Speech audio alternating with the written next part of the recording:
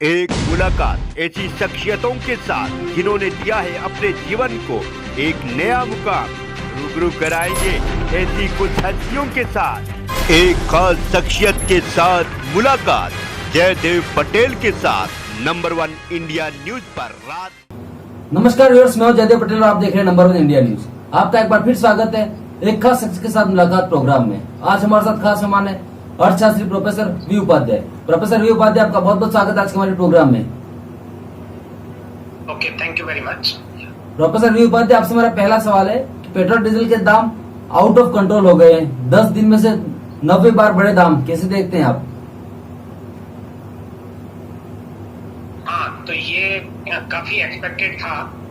चुनाव के कारण इनको रोका रखा था, पर इसी बीच में अंतर्राष्ट्रीय स्तर पर भी काफी घटनाएं हो रही हैं। यूक्रेन का वॉर जो 1 महीने से ऊपर से ज्यादा चल रहा है, तो उसमें जो डिसरप्शन हुआ है, बहुत सारी चीजें हो रही हैं, सैंक्शंस लग रही हैं, सब कुछ हो रहा है। तो इंटरनेशनल मार्केट में भी काफी बढ़ाव आया है पेट्रोल की प्राइसेज में, डीजल प्राइसेज में। थोड़ी सी गनीमत यह है कि जर्मनी वगैरह में गैस पर पाबंदी नहीं लगी है, यूरोप ने पाबंदी नहीं लगाई है। अगर कल इस तरह की पाबंदियां लगाई जाती हैं तो फिर बहुत ज्यादा बढ़ सकता है। बीच में एक्चुअली कुछ समय के लिए तो $130 से ऊपर चला गया था पर बैरल, पर अभी 100 के आसपास है, $105 पर बैरल।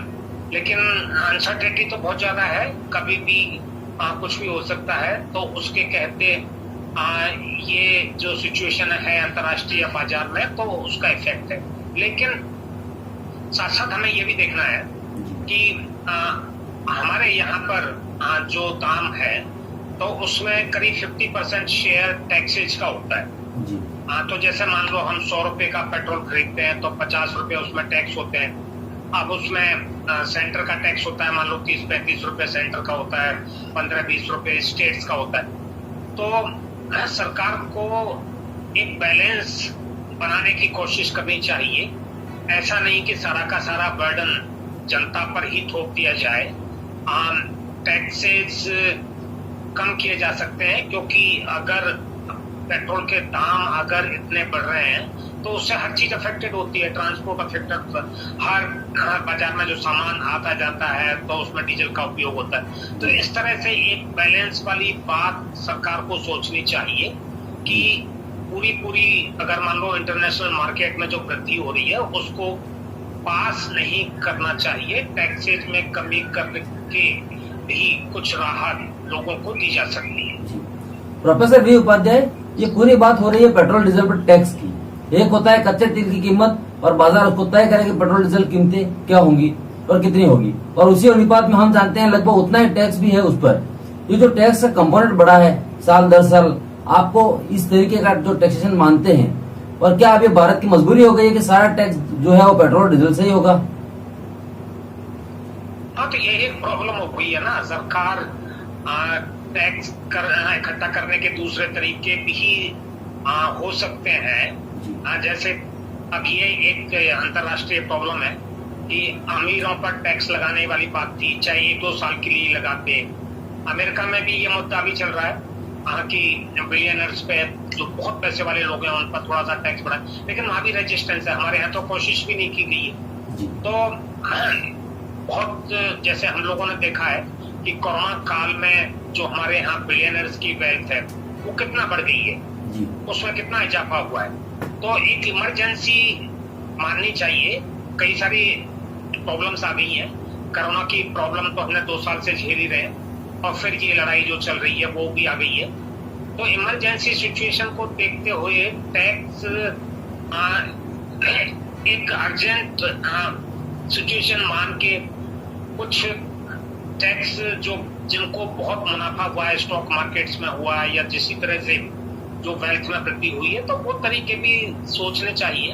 क्योंकि सारा का सारा बर्डन आम आदमी पर, कॉमन मैन पर, मिडिल क्लास पर ये थोपना, ये जरूरी है कि सरकार को पैसा चाहिए, सरकार की जो वेलफेयर पॉलिसीज में उनमें पैसा लगेगा, वो सारी बातें सही हैं, लेकिन एक सेक्टर को हम पूरी तरह से अछूता छोड़ रहे हैं। और ये हमारी प्रॉब्लम नहीं है, दुनिया भर की प्रॉब्लम है, लेकिन सोच एक जैसा ये सब जगह, और सब जगह उसकी रेजिस्टेंस होती है। लेकिन सरकार अगर सबके भले के लिए काम करने की बात करती है तो कुछ दूसरे तरीके भी टैक्स इकट्ठा करने के उपयोग में लाने चाहिए। जी, प्रोफेसर वी उपाध्याय, आपसे मेरा क्लोजिंग क्वेश्चन है कि सरकार चाहे तो ऑफसेट कर सकती है, इधर आप टैक्स कम कर दीजिए ताकि उधर कंपनी को मुनाफा हो जाए, और ये इसी सरकार ने ऑफसेट की है, पहले ये हुआ है, आपने कंपनियों को पैसा डाइवर्ट किया है या उनके खाते में वो पैसा गया है और इधर से टैक्स कंपोनेंट कम हुआ है ताकि जनता पर भार कम पड़े, तो इस बार क्यों नहीं किया जा रहा है? हाँ, तो यही मैं कह रहा हूँ ना कि मतलब जो बहुत बड़ा कंपोनेंट है हमारे यहाँ पे टैक्स का, तो वो 50% के करीब पड़ जाता है ना, तो उसमें डेफिनेटली स्कोप होता है कि उसको थोड़ा सा कम किया जा सकता है। और कुछ तो ऐसा टैक्स होता है जो दाम बढ़ने के साथ में बढ़ता जाता है। तो इस तरह से कई उपाय सरकार को सोचने चाहिए, और खाली ये नहीं कि हर रोज उसमें आप वृद्धि करते जा रहे हैं। और कल का भी नहीं पता, कल मान लो अंतर्राष्ट्रीय सिचुएशन और खराब होती है तो सरकार क्या करेगी। तो ये बहुत जगह ये प्रॉब्लम आ रही है एक्चुअली। तो ये जैसे मैंने बताया कि बैलेंस बनाने की कोशिश की जानी चाहिए आम आदमी पे, मिडिल क्लास पे, और ये ट्रांसपोर्टर्स पर, क्योंकि हर चीज के दाम ट्रांसपोर्टेशन पे डिपेंड करते हैं। तो वो ऐसा नहीं हो कि सारा बर्डन उतरे।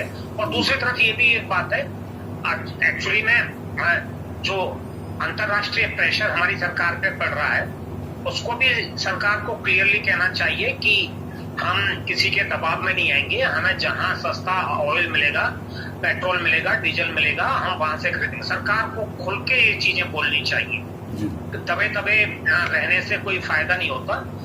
चाहे अमेरिका का प्रेशर हो, किसी का प्रेशर हो कि आप रसिया से ऑयल मत खरीदो, हालांकि हमें वो बहुत सस्ते दाम पे बेचने को तैयार है। तो ये बातें ना थोड़ा सा आप बहुत क्लियर कर देनी चाहिए सरकार को कि हम किसी का प्रेशर नहीं बर्दाश्त करेंगे, और हमें अपनी हालत देखनी है, अपने इंटरेस्ट देखने हैं, और हमें जहां से भी सस्ता ऑयल मिलेगा हम कोई सैंक्शन नहीं मानते, यूएन की सैंक्शन मानते हैं। कोई कंट्री अगर अपनी तरफ से कोई सैंक्शन लगा रही है तो वो उसकी चिंता की बात है, हमारा उसमें कोई लेना देना नहीं। तो ये सारे बहुत कॉम्प्लिकेटेड इश्यूज सामने आ रहे हैं, और उनको टैकल करना सरकार को क्लियर स्टेटमेंट देके भी जनता को बताना चाहिए कि वो क्या कर रहे हैं।